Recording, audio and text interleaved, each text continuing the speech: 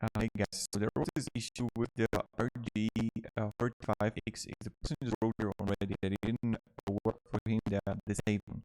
And it was a really important comments right here is look at this.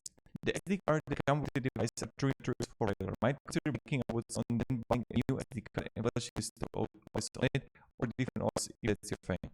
So the stock card that come with extremely bad. Pick up a Snix or two and use it instead. If you're using the ROMs that come with as well of them are broken among the other things. And so this is something like really important about not saving on how you can also fix the issue.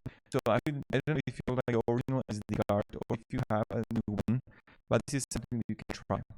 Also, you can take up SD card blow into empty port and reinsert it. Save that in case it's backup for me. So this is something you can also try. Maybe it's going to help you fix the issue. So have a great day and goodbye.